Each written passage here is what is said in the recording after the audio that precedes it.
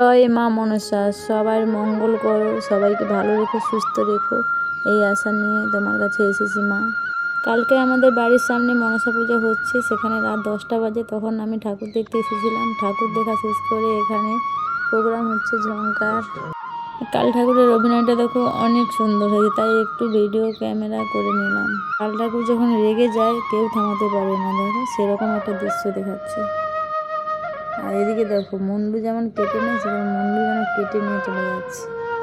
অভিনয়টা অনেক সুন্দর ছিল, তাই দাঁড়িয়ে একটু দেখছিলাম।